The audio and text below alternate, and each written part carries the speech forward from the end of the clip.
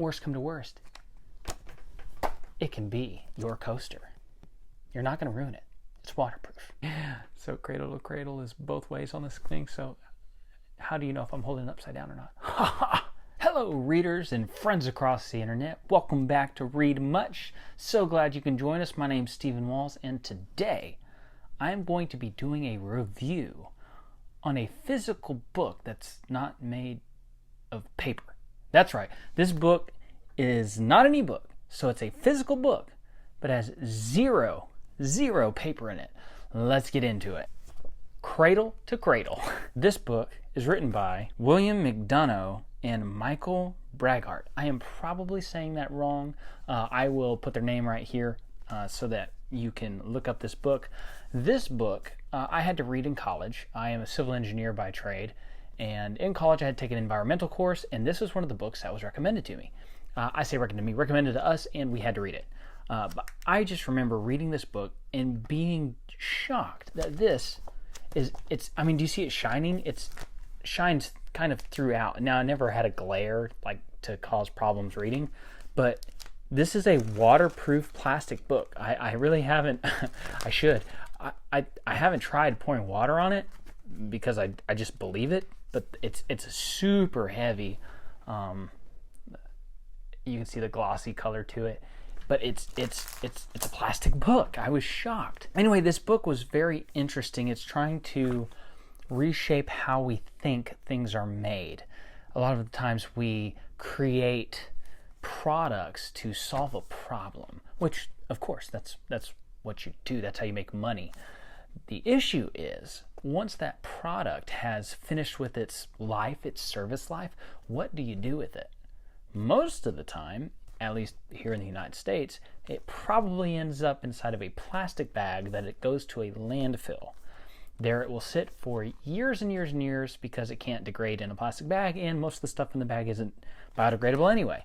The whole purpose of this book is, can we have a shift in our ideology? Can we shift our way of thinking to where we design things with an intent for its second life after it finishes its first use is also productive, not just recycle. So we're not just saying when your shoes are done, when you're a runner, say you're a runner, I like running, and you've worn out your shoes, they'll rip off the top of the shoe that's made of cloth. You have the rubber sole, shred up the rubber sole, throw it in a kid's playground, and hey, look, you just recycled a lot of material. That's good, but they're curious if we can do better. What if you bought McDonald's today, the fast food industry? They're going to give it to you in a brown paper bag or a white paper bag, doesn't matter. They're going to give it to you in a paper bag, and you're going to drive home and you're going to throw that paper bag in the trash. What if that paper bag was infused with something that was good for soil? I was going to say fertilizer, but that's going to probably just sound nasty to have like fertilizer around your food you're taking home, but something that's good that enriches the soil. Therefore, while you're driving home, if you start eating on your way home, you could throw the bag out the window and it's going to help grass grow. That's kind of the things it's talking about throughout this book, and I find that interesting. It's a neat perspective. The book starts off a little bit negative towards the Industrial Revolution, and I understand why. But a lot of great things came out of the Industrial Revolution, so I can't dog on it too much. And later in the book, like in the second half to last third of this book, they do give the Industrial Revolution some really good credit. But the beginning of the book is really negative, just looking at the environmental impact that it has had. And that's the focus of the book. The book is intending to, how do we make nature last forever? Because we're slowly wiping it away. And so I completely understand why they did it, but it was kind of harsh towards the Industrial Revolution. But there's a lot of interesting facts in this book and some history and quotes that I want to share with you. One of the quotes that I really liked in the book: what if humans designed products and systems that celebrate an abundance of human creativity, culture, and productivity? Pretty good. Fun fact, Ford Motor Company. Everybody's familiar with that, at least in the United States. They make lots of different vehicles. They're getting away from the smaller cars, but the Mustang shall survive. I have a Mustang, so I like those. Did you know that their assembly line, like how they put the cars together, was mimicking a beef industry? It was mimicking the Chicago beef industry. Who knew? And who knew I'd get out of this book? But this book goes all over the place. Like I said, we've already talked about the beef industry. We've talked about Ford Motor Company, and they talk about the Ford Motor Company a lot because Ford had that cradle-to-cradle mindset on certain things. So like they used to ship their cars in these boxes, but the boxes then became like side panels on the car. So it was totally not like reuse, recycle. It was designed with the intent of shipping, carrying the device, carrying the car to the new location to become a part of the car. No waste involved. That's the kind of thing that this book is trying to get us to think about. And one of the major ways that would happen is an ideological shift in our thinking. In America, we're really, big on solving problems, but we want to do it cost effectively and efficiently, which I'm an engineer. I appreciate that. What this book is trying to do is say, yes, that's good, but eventually we may run out of resources. Eventually we may run out of space. And, that's a problem, and today engineers are trying to solve it. We're building things taller. We're building things deeper, building underground. We're trying to utilize that space. I mean, Elon Musk was trying to build the tunnel that's going to be like another highway underground. I mean, we're pushing the limits of engineering. This is amazing. But what can we do to help the environment now? What can we do to design with less waste in the process and in the end result? They're encouraging engineers and problem solvers to go the extra mile. And when I was in college, there was like brownie points and awards you could get for going greener with your designs. And so if you had a greenscape, if you could catch your runoff, so whenever you build a building and there's a roof on top, well, that roof probably isn't catching water. There used to be grass there, most likely, if it was a field. So the grass was there, it rains, it catches that water, and it turns the water into energy and makes plants grow. But if you remove all those plants, well, that water doesn't get soaked up by the plants. It goes into the closest creek. The creek gets bigger than it was before. It gets into the river, which is bigger than it was before, and it causes erosion, and all of a sudden we're losing land, and it just causes problems. And so the question is, what can we do to minimize our impact?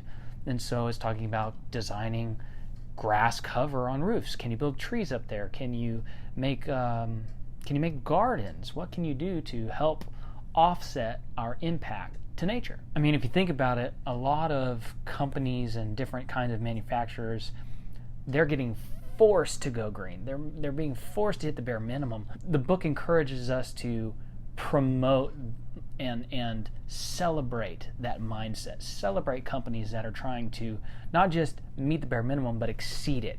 What if the water coming into their facility left cleaner than the way it came in? Then you could have an internal system. If the water came in and throughout your use of that water, when it came out, if you had some sort of filtration system that wasn't creating waste, you could then have clean water leaving your site, or since it's clean, you could pump it back to the front and reuse it.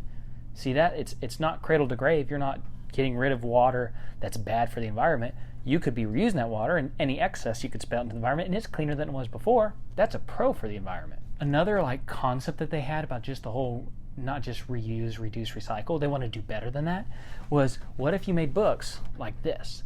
And what if the ink was actually able to come off the pages?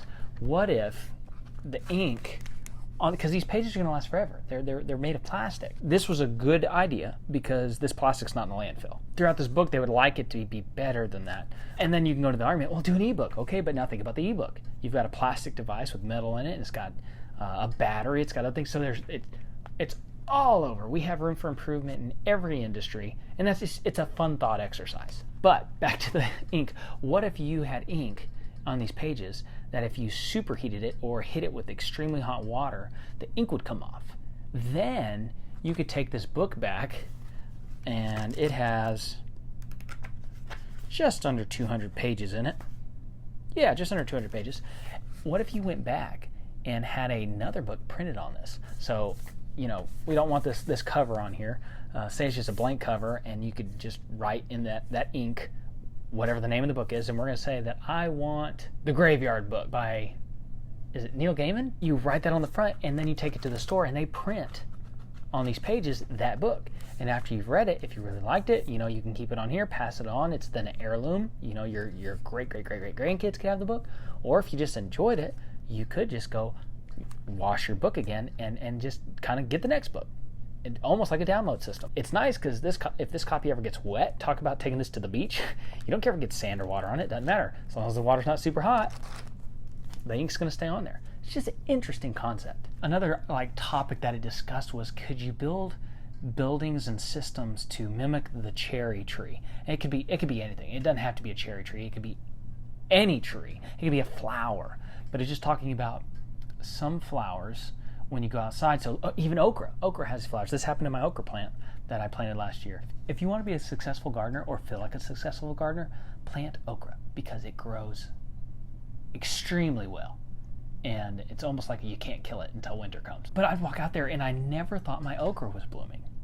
And one Saturday I went outside early in the morning and all the flowers were open. The flower buds were opening at one point in the day and closing during a different part of the day. So it was reacting to the different times of the day for its most efficient use.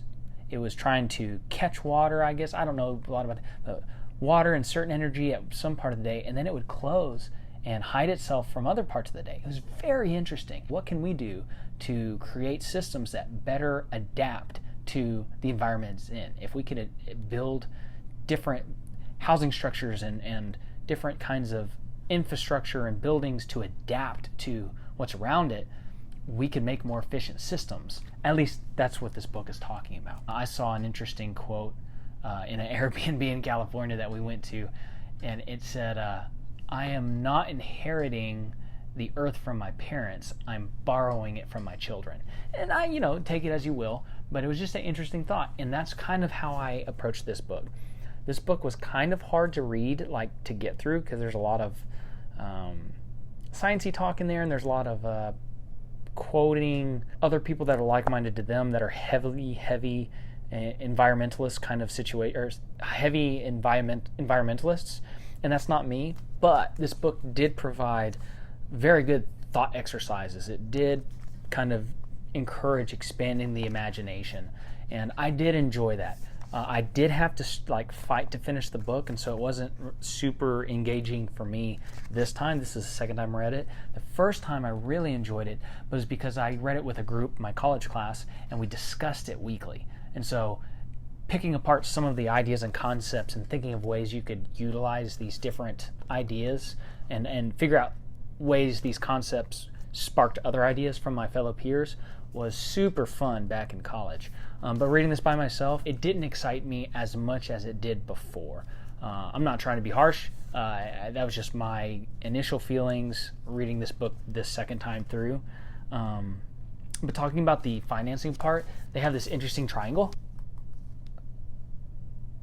And the triangle basically goes through and considers ecology, equity, and economy. And so they realize price is a big factor. I reading the book, I was curious if they'd ever get there, and they did. They did. They eventually addressed it. They understand that it is costly. But costly in what sense? Financially, yes, but what's it costing us in the long run? And so, hey, if you're big, about going green, if you're big on protecting the environment and our national forests and whatnot, this book might be interesting to you. I mean, I love the outdoors. I love going camping. I love visiting national parks. I do want to do my part to protect those wonderful treasures. But I'm not as gung-ho as these guys. They really like this stuff. They had really cool examples throughout the book. They have different sources.